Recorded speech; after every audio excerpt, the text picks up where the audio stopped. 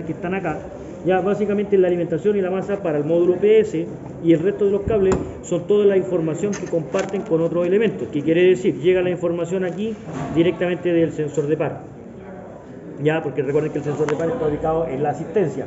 Este elemento no está en la asistencia, por ende llega el sensor de par acá, llega los 5 cables del sensor de par, llega la alimentación, la masa del módulo, aparte de eso llega la información de la velocidad del vehículo, llega la velocidad, ¿cierto?, de los captadores de velocidad de la rueda, llega la señal del arranque, ya, o del alternador en marcha funcionando, ya. Aparte de eso, si nos damos cuenta acá hay dos pines grandes, sumamente grandes, porque son directamente de lo que es la entrada de la corriente desde la batería hacia el módulo, para el motor.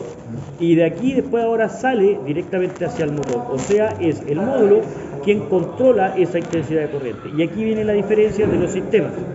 Nosotros teníamos un sistema, ¿cierto?, como el que vimos con su compañero, de 3 fases, o sea, tenía 3 cables. Por ende, esa placa nosotros la revisamos y tenía 6 transistores. Ya no era una comunicación en puente NH como tal, sino que era con 6 transistores donde se generaba la inversión de las polaridades y el funcionamiento de los sistemas de retorno activo, ¿cierto? Lo que era los elementos de... ¿Cuál más? Era retorno activo. Teníamos... limitador de par, que era mecánico, ¿cierto? En estos sistemas no teníamos limitador de par.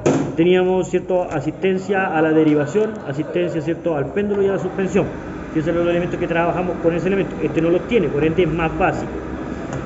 Internamente, ¿cierto?, abrimos lo único que vamos a encontrar, lo mismo que encontraron en el otro sistema. Ahora, la única diferencia que yo tengo de este cachureo, no sé quién fue el ocioso, weón, que me apretó esta cagada. Pero están grabando así. No sé quién fue el que esto de los dos, yo los dejo con los tornillos montados solamente para poder sacarlos. Voy a sacar el tiro. Ya, no, si fue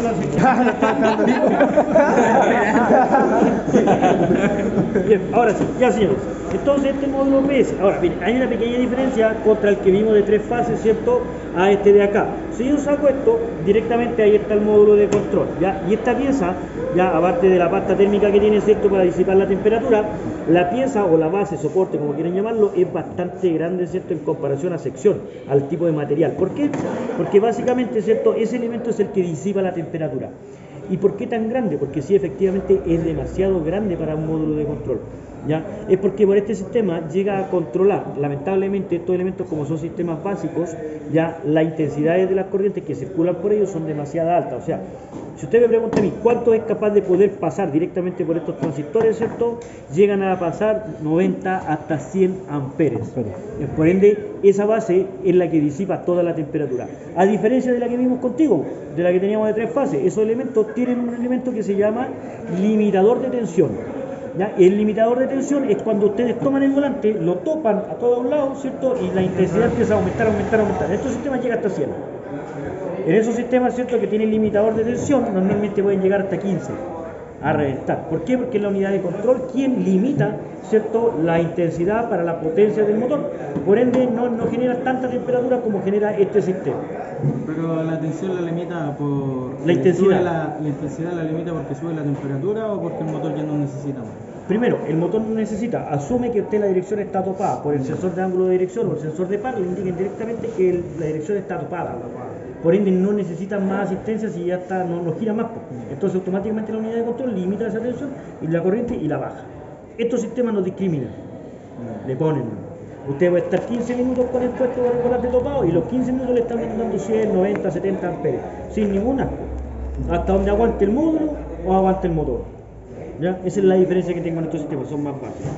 Entonces, en este sistema podemos apreciar, en esta parte, aquí tengo el puente H, ¿cierto?, de los 4 transistores para las 2 líneas del motor de control. ¿Ya? Son 2 positivos y 2 negativos para poder hacer las intervenciones directamente en la fase. Y tengo un elemento que se llama relé a prueba de fallos. ¿Ya? Este relé que está acá comanda por baja, no en alta, comanda en baja. Quiere decir que la unidad de control, en base a toda la información que le llega, este relé siempre va a ser normalmente abierto, o sea, está abierto el sistema. Yo le doy contacto, el PS hace la monitorización de todos los datos que tengo alrededor, quiere decir arranque, ya, par, y en este caso velocidad del vehículo, ya, y señal, ¿cierto? Son 4, me falta siempre una. Tengo arranque, tengo par, tengo velocidad y corriente objetiva del sistema. O sea, dice que el sistema debería estar jugando 20 amperes y estoy jugando 30, un ejemplo. Entonces, Si el sistema está bien y todos los sistemas están funcionando correcto, este relé cierra el circuito y alimenta y energiza todo el resto de los componentes para que el sistema de función, o sea, el sistema de dirección funcione. Pero, por ejemplo, si la corriente objetiva me dice que son 20 amperes y el sistema detecta que se están consumiendo 30, 40, 50 amperes, donde yo, según el cálculo de la asistencia, deberían ser 20, automáticamente este relé ahora se abre y limita el sistema. Quiere decir que lo deja sin alimentación, por ende ahora queda inhabilitado el sistema para funcionar. Esto se llama relé a prueba de fallos. Ya tengo el relé a prueba de fallos, tengo el puente en H, tengo la conexión directamente de todos los sensores, ¿cierto? Y tengo la salida de control para el motor. Y eso es todo lo que tengo en un módulo PS básico. En el módulo PS, ¿cierto?, que teníamos allá, tienen los mismos componentes, solamente ahora tenía 2 transistores más, tenía un cable más soldado y la placa era mucho más grande. ¿Por qué?